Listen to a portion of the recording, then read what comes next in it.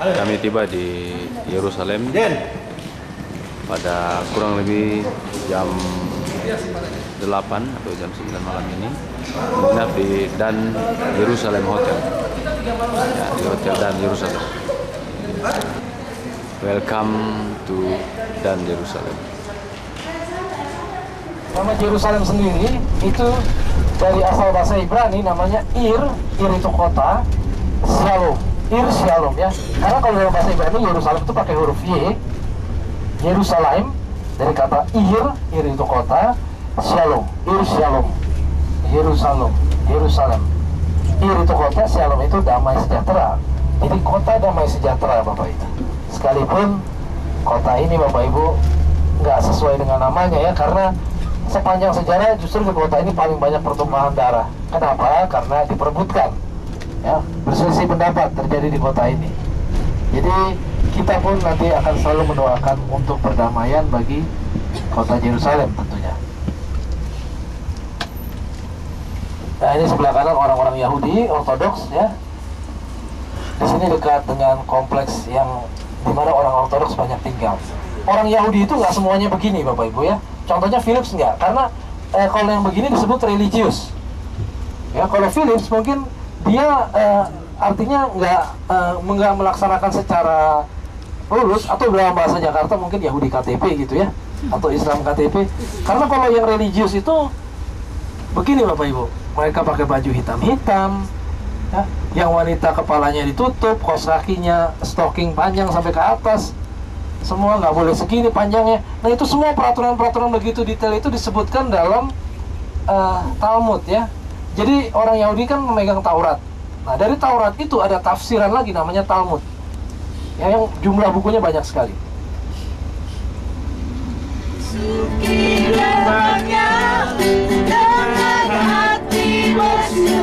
Kami menuju ke daerah Bethlehem.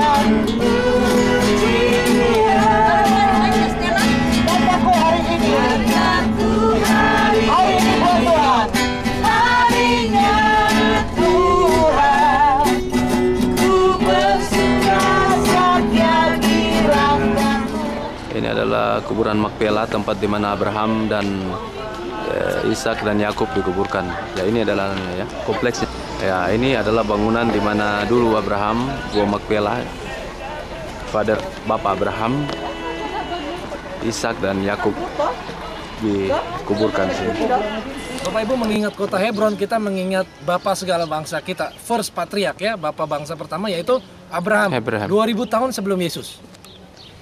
Now, if we go back to Abraham, we find out Abraham is not from this land. Kalau kita tahu Abraham itu datang bukan dari tanah ini ya, seperti dikisahkan di Alkitab. Abraham was from Ur Kasdim. Datang dari Ur Kasdim di daerah Irak sana. Irak Utara. The world in the Middle East, all over, pagan. Semua dunia Timur Tengah saat itu adalah penyembahan berhala, belum mengenal Tuhan. The land of Israel is pagan. Juga tanah ini dulu dipegang oleh orang Kanaan yang masih menyembah berhala. No Israel. Belum ada orang Israel. The land of Israel is Canaan. Ya, tanah Israel itu disebut Kanaan dulu. So when God tell Abraham, take your family, go from Ur Kasdim, and I will show you the promised land. He bring him to this land, but the people that live here were Canaanites. Ya, jadi Bapak Ibu, ketika Tuhan memerintahkan Abraham untuk membawa keluarganya, datanglah ke tanah yang akan aku tunjukkan kepadamu, ke sini, ya, ke tanah Kanaan. And from Abraham, we have Dari Abraham ini ajaran monoteistik atau ajaran satu Tuhan, ya. Nggak mengenal berhala lagi. Believe only in one God, the God of Israel, Allah. Percaya Elohim, Adonai, satu Jehovah. Tuhan, Yehova, Yahweh, Elohim ya. And when Abraham comes, he's not only Abraham, he's got a big flock of people, yeah, that move after him. He was a leader of a very big tribe. Ketika Abraham datang ke sini, dia itu bukan sendirian, tapi banyak membawa rombongannya ya. The Hebrew. Yang disebut Ibrani.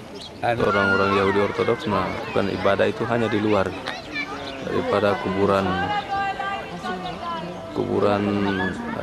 patria ini atau ketiga bapak ini atau Abraham, Ishak dan Yakub serta istrinya. Nah, kita lihat seorang Yahudi Ortodoks kan sembahyang di sini sambil membaca Talmud ya. Dan juga satu. Oke, ini. Nah, juga ya. Jadi tempat ini memang diklaim juga oleh orang Muslim sebagai tempat di mana bapak mereka juga Abraham, karena mereka menganggap bahwa mereka datang dari Hagar, ya, Hagar. Dan mereka berhak katanya juga atas tempat ini. Nah, kalau orang Yahudi sudah pasti karena Abraham adalah bapak leluhur mereka. Ya, dan ini bangunan kuburan ini dibangun oleh Raja Herodes. Dibangun pada zaman Raja Herodes. Nah, jadi sudah pasti juga Tuhan Yesus dulu pernah datang di sini sebagai orang Yahudi untuk melakukan ibadah, karena tempat ini merupakan ibadah yang tersuci kedua setelah tembok ratapan. Ya, kami sekarang masuk di dalam kompleks pekuburan ini. Ada tulisan-tulisan Yahudi banyak ya. Ini adalah kuburan Bapak Abraham dengan istrinya.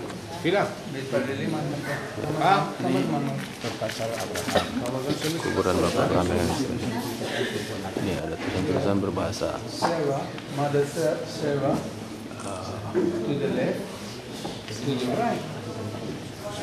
kitab Torah bangsa Yahudi di dalam sini. Tempat kuburan Lea. look, everybody. Lea, Is behind. istri daripada Yakub. Lea. Lea.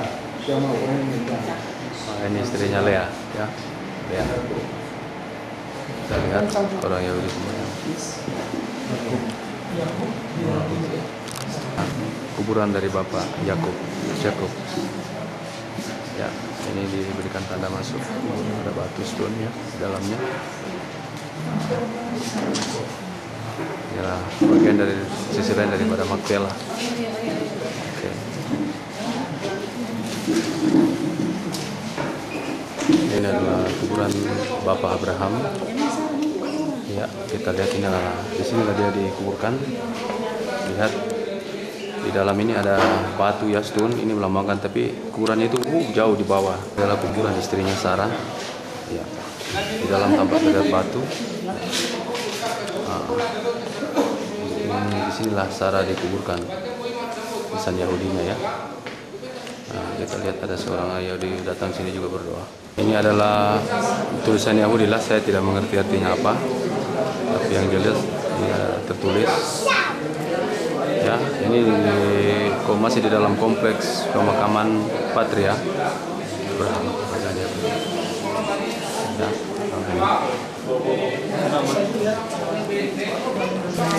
ini tembok yang bagian atas ini adalah masih aslinya dari zaman Crusade atau perang salib.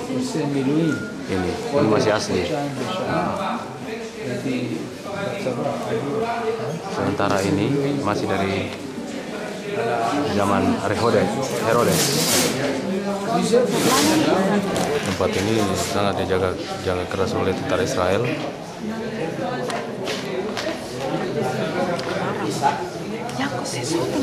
Dirampas nanti.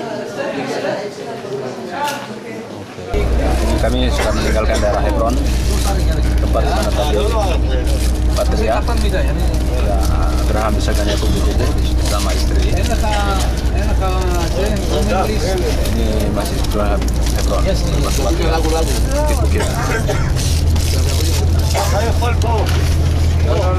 Ya, ini sebelah kanan kiri ini settlement atau pemukiman Yahudi ya.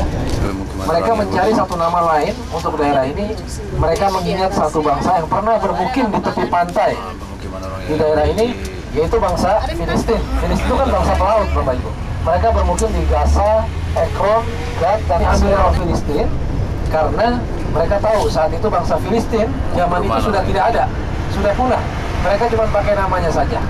Akhirnya diambil nama Filistin itu, daerah ini menjadi Provinsia Syria Palestina atau Palestina disingkat. Nah, nama itu melekat sampai masa dari tahun 70 Masehi sampai tahun 1908, 2000 tahun, ya nama daerah ini Palestina karena orang Romawi itu. Nah, secara otomatis orang yang masuk keluar tinggal di daerah ini jadi orang apa? Orang Palestina, Bapak Ibu. Ya, jadi orang Palestina itu ya orang-orang Arab itu pendatang ya. Nah, mereka kan jauh selalu mentok-mentoknya ke sini. Ya karena Israel menjajah Palestina gitu. Seperti itu, Bapak Ibu. Kami sudah akan memasuki tempat kelahiran Yesus di kompleks ini. Di sini adalah tempat yang banyak sekali dikunjungi para turis yang dari luar. Nah, di sini merupakan tempat kelahiran Tuhan Yesus. Telah berdiri sebuah gereja Ortodoks, ya, gereja Ortodoks didirikan di sini untuk memperingati tentang tempat kelahiran itu. No obligation. 2 months duration. No. Okay. Okay, let's do it quickly. Sekarang menuju mau masuk ke dalam bangunan ini.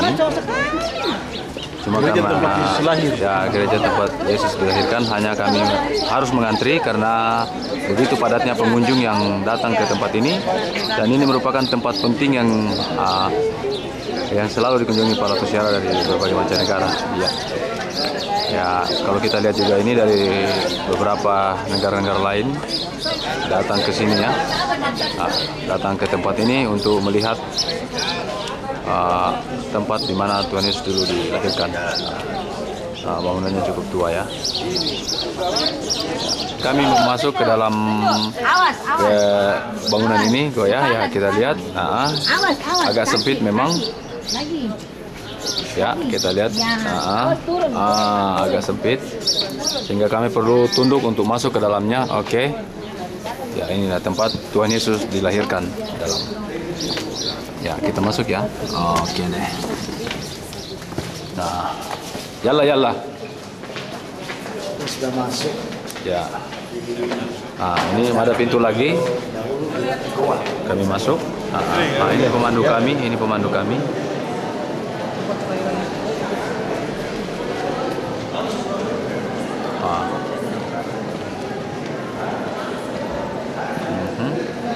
Kita lihat di sana. Ya. Begitu banyak peziarah yang datang di tempat ini. Lihat. Peziarah cukup banyak datang di tempat ini, Bapak Ibu.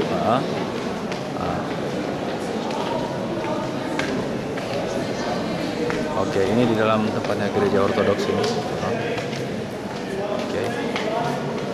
Oke, dan sekarang kami mau masuk ke dalam gua lagi, ya, karena ini ada sudah melewati 3 pintu yang ini 3 pintu. Oke. Kami masuk ke dalamnya, Bapak Ibu. Ini sedang mengantri cukup panjang ya. Kami paling belakang, dan pada kesempatan ini saya mengambil beberapa gambar. Lihat ya, jadi bangunan ini disanggah oleh beberapa tiang. Tiangnya ini banyak sekali ya. Banyak sekali tiang ini. Barangkali kalau dihitung mungkin lebih daripada 20. Ya, 20 tiang ini. Penyangga daripada gereja Ortodoks ini yang dibangun untuk memperingati disinilah tempat Yesus dilahirkan, di kandang Bethlehem ini. Ya. 2012 tahun yang lalu. Ketika itu kita semua sama-sama mengetahui bahwa Maria mencari-cari tempat, namun tidak ada, semuanya penuh. Akhirnya dia melahirkanlah di tempat ini. Tempat ini, Bapak Ibu, bukan kandang yang kita biasa lihat di Indonesia. Artinya ya ada atap-atapnya, ada penyangga, tapi ini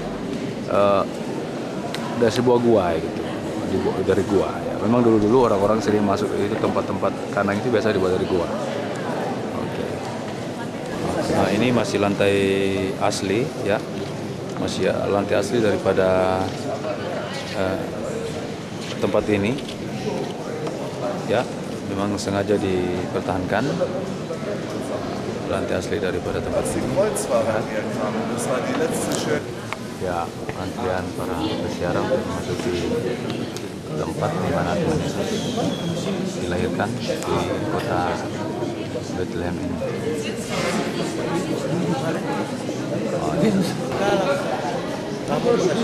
Pendeta-pendeta, pastor ya, romo-romo di gereja Ortodoks ini ya, memakai pakaian hitam. Iya. Nah, itu kalau Bapak Ibu bisa kelihatan pakaian hitam dengan jenggot yang panjang-panjang mirip Osama bin Laden. Ya. Nah, ini Bapak Ibu cewek-ceweknya semua juga cantik-cantik semuanya.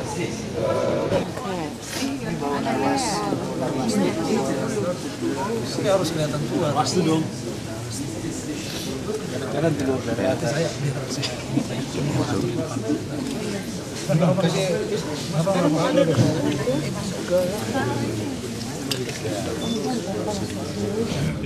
Seperti gua ya, gua memasuki ini sama tim Stella sudah sama-sama ada di dalam grup Stella.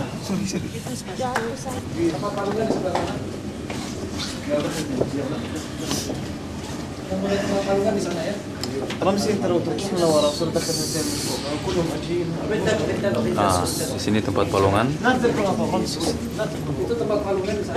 tempat palungan. Tempat palungan di sini dulu di palungan daripada Tuhan Yesus diletakkan, dan palungan itu sekarang sudah dibawa ke Roma oleh ya disimpan di Roma, Vatikan. Ini tempat kelahiran Tuhan Yesus. Ada lambang. Inilah tempat kelahiran Tuhan Yesus. Inilah suasana di kota Bethlehem ya, di mana tempat Tuhan Yesus dilahirkan. Kami telah mengunjungi tadi gereja Nativity, atau gereja di mana ditandai sebagai tempat di mana Tuhan Yesus dulu dilahirkan. Lihat, ini bisa terlihat dengan jelas. Di sini mayoritas orangnya orang Palestina. Di sini mayoritas orang Palestina. Kami akan kembali ke bis. Rombongan akan kembali di bis. Di sini banyak souvenir-souvenir. Lihat, ini keadaan di Bethlehem ya. Oke.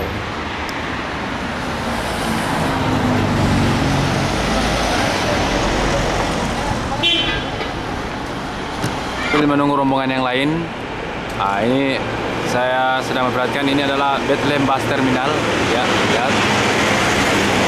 Bethlehem Bus Terminal ya. Jadi kami sedang menunggu teman-teman yang lain.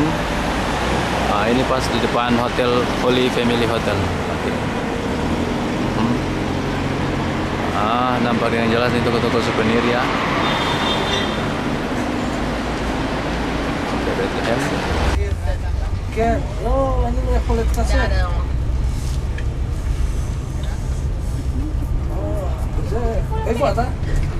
Ini adalah Bukit Moria ya. Ini kubah warna kuning. Saya sekarang mengambil ini dari atas kota Nazaret. Di sini banyak turis ya yang memotret wilayah sini.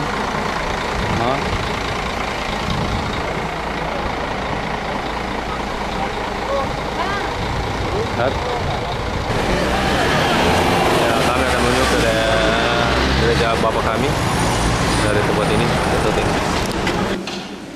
Di sini tempat di mana Tuhan Yesus berangkat naik ke surga.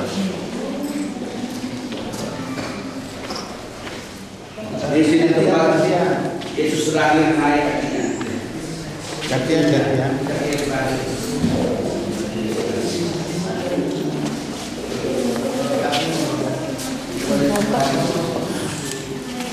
Ya, di sini tempat Tuhan Yesus berangkat naik ke surga. Sini. Tempatnya ya, tempatnya dia terakhir naik ke surga dulu.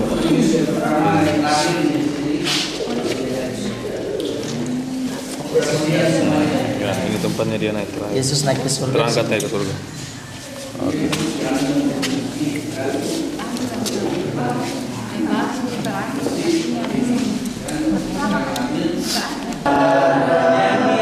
Tempat inilah di mana Tuhan Yesus terangkat pertama kali ke surga.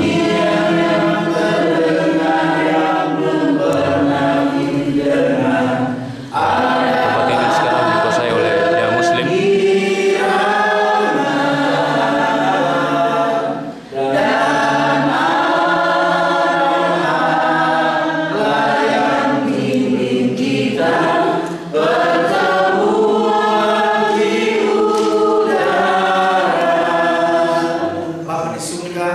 Bapak yang disapa dalam nama Tuhan Yesus Kristus, hari ini Tuhan kami telah sampai tempat di mana Yesus sebagai Tuhan Juru Selamat kami naik ke surga, di mana telapak kakimu Tuhan di tempat ini, di tempat kami berbicara hari ini Tuhan.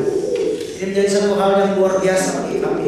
Ini sebabnya kami terus merenung. Di tempat ini dulu Tuhan Yesus pernah terangkat naik ke surga. Nah, bangunan ini dibangun untuk memperingati kejadian itu. Dulu di sini dibangun sebuah gereja, namun sudah dihancurkan, dan wilayah ini dikuasai oleh pihak Muslim. Dulu di sini dibangun masjid, tapi sudah diubah kembali menjadi sebuah tempat peringatan itu. Dari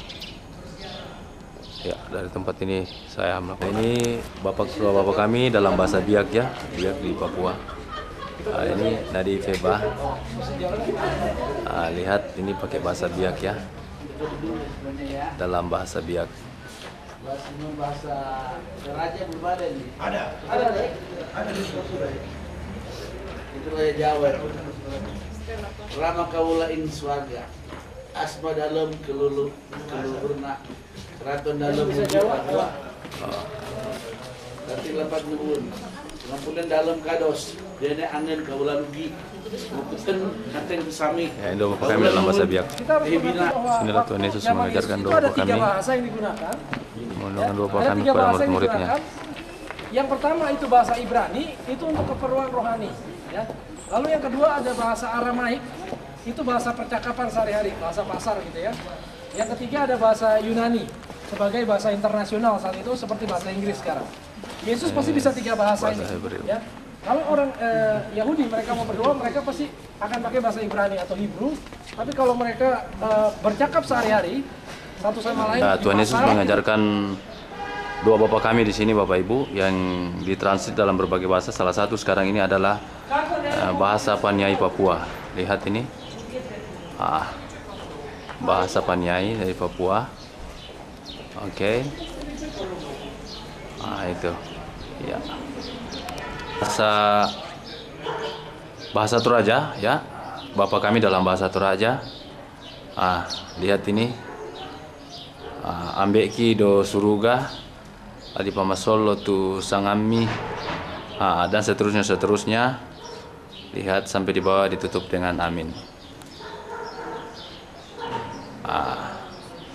Jadi ini doa kami dalam berbagai bahasa, tapi yang saya ambil hanya beberapa saja. Karena kami dulu di Papua, makanya ya yang berbau-berbau Papua, dan yang terselahir di Toraja. Mudah-mudahan waktu-waktu berikut bahasa mamasa pasti ada juga. Amin. Amin.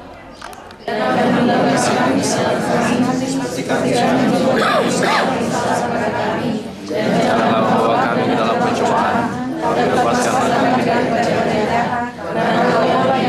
kerajaan dan kuasa dan kemuliaan sampai selama-lamanya. Amin. Beri kemuliaan buat Tuhan Yesus. Sekarang kita silakan melihat dan berfoto-foto. Berapa menit, Pak Aldo? Duluan.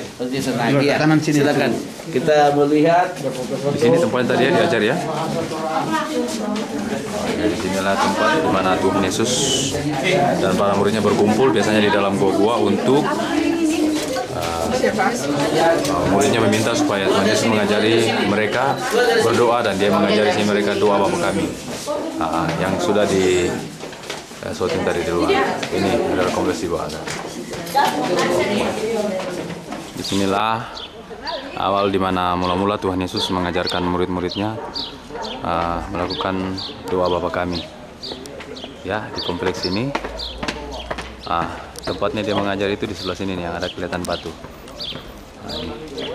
Saudara boleh lihat seluruh yang tertulis di dinding ini doa Bapa kami dalam berbagai bahasa, berbagai negara, terutama Indonesia, ada juga berbagai suku. Sudah dalam bahasa Biak yang sudah kita shooting tadi. Oke.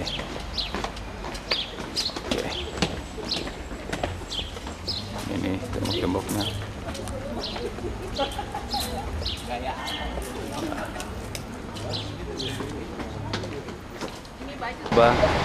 Di tempat ini untuk mengunjungi Taman Getsemani.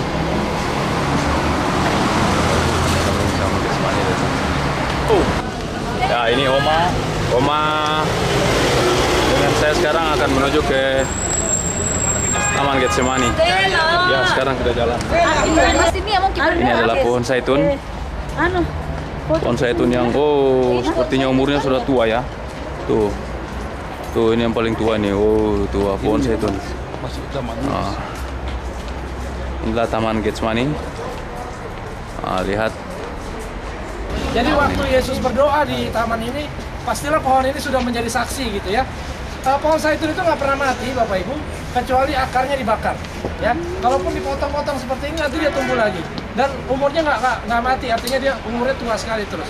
Ada banyak pohon di sini yang tua-tua umurnya, lihat di sana. Nah, di gereja ini Bapak Ibu ini disebut gereja Church of Agony atau Basilika Sakrat Maut atau gereja segala bangsa karena pembangunannya mendapatkan dana dari berbagai macam negara di dunia. Di gereja ini, di Taman Getsemani ini terdapat sebuah gereja yang disebut gereja segala bangsa karena dibangun atas sumbangan berbagai negara sehingga disebut demikian. Jadi namanya sekali lagi gereja segala bangsa. Ini masih terlihat Taman Getsemani. Ini umur pohon ini diperkirakan kurang lebih 2000 tahun yang lalu. Jadi pohon inilah yang akan menjadi saksi dulu bahwa Tuhan Yesus pernah ada di taman dulu, tempatnya Tuhan Yesus bersembahyang. Kalau kita mendengar cerita di Alkitab, di sinilah Tuhan Yesus bersembahyang di gereja di Taman Getsemani. Terus kami di sinilah tempatnya, batu ini, tepat di depan altar ini. Dulu altar ini tidak ada, ini kan dulu taman. Taman, dan di tempat inilah Tuhan Yesus sembahyang ketika itu.